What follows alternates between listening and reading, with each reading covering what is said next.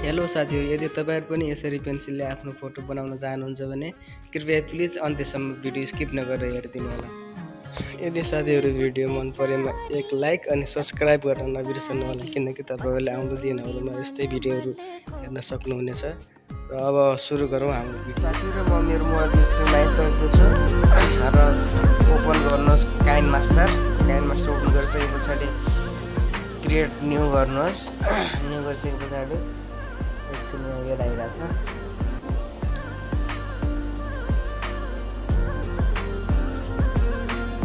यति भइसके पछाडि हजुरहरूले एउटा ब्याकग्राउन्ड चुज गर्नुहोस्।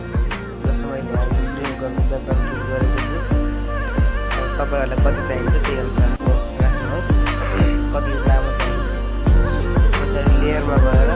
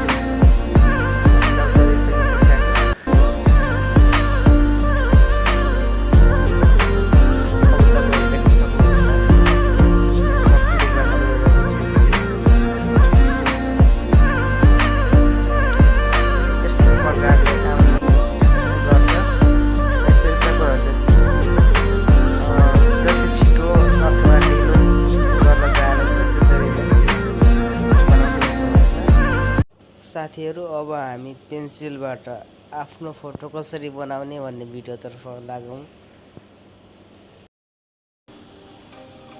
हजुरहरू एउटा ब्याकग्राउन्ड चुज गर्नुहोस्। जस्तो कि मैले यहाँनिर लिएँ,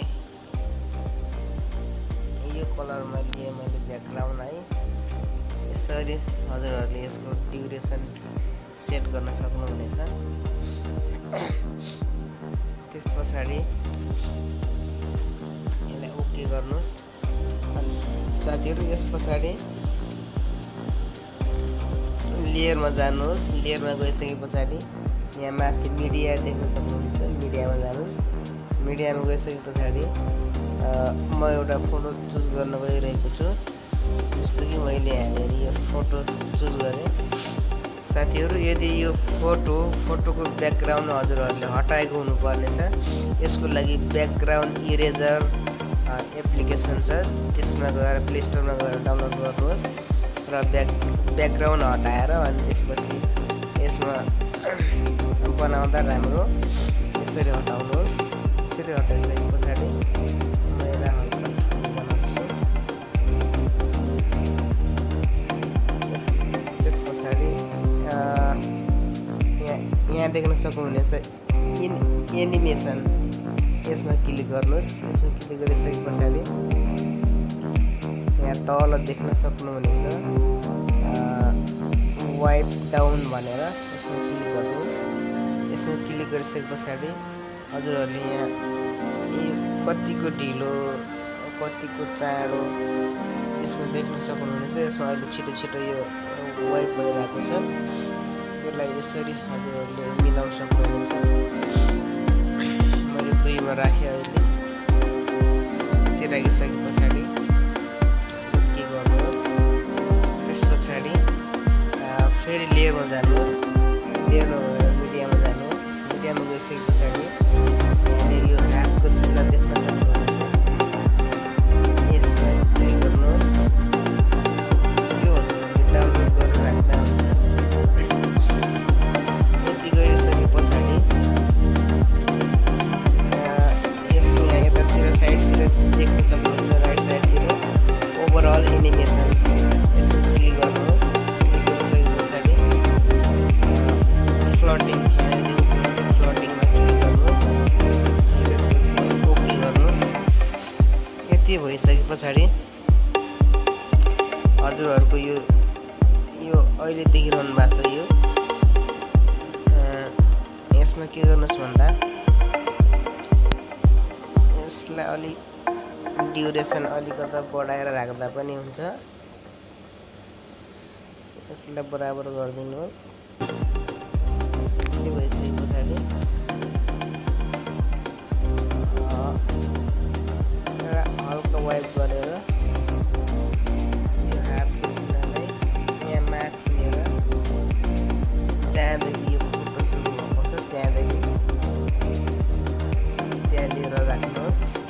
यति गरिसके पछाडि यहाँ देख्न सक्नुहुन्छ यता लेफ्ट साइडतिर एउटा कीको चिन्ह रहेको छ। यसमा क्लिक गर्नुहोस्। क्लिक गरिसके पछाडि हल्का यसलाई यतातिर सार्नुहोस्। यहाँ देख्न सक्नुहुन्छ राइट साइडतिर प्लस लेखेको चिन्ह, यसमा क्लिक गर्नुहोस्। त्यस पछाडि फेरि हातको चिन्हलाई यतातिर लिएर राख्नुहोस्। यता राखे पछाडि फेरि हल्का अगाडि बढाउनुहोस्। भिडियो अगाडि बढाउनुहोस्। फेरि यसमा क्लिक गर्नुहोस्। फेरि यो हातलाई यतातिर लिएर आउनुहोस्। फेरि भिडियो हल्का अगाडि बढाउनुहोस्। फेरि प्लसमा दबाउनुहोस्। यसै गरेर बनाउँदै जानुहोस्।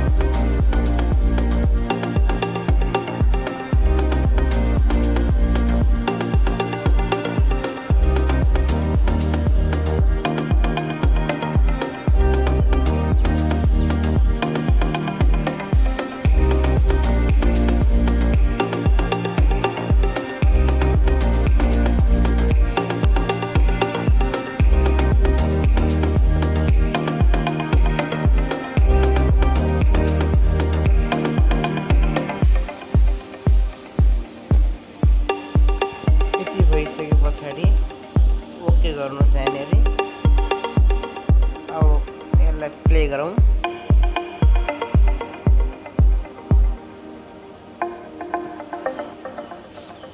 साथीहरू, यदि भिडियो मन परेमा लाइक अनि सब्सक्राइब गर्न नबिर्सनु।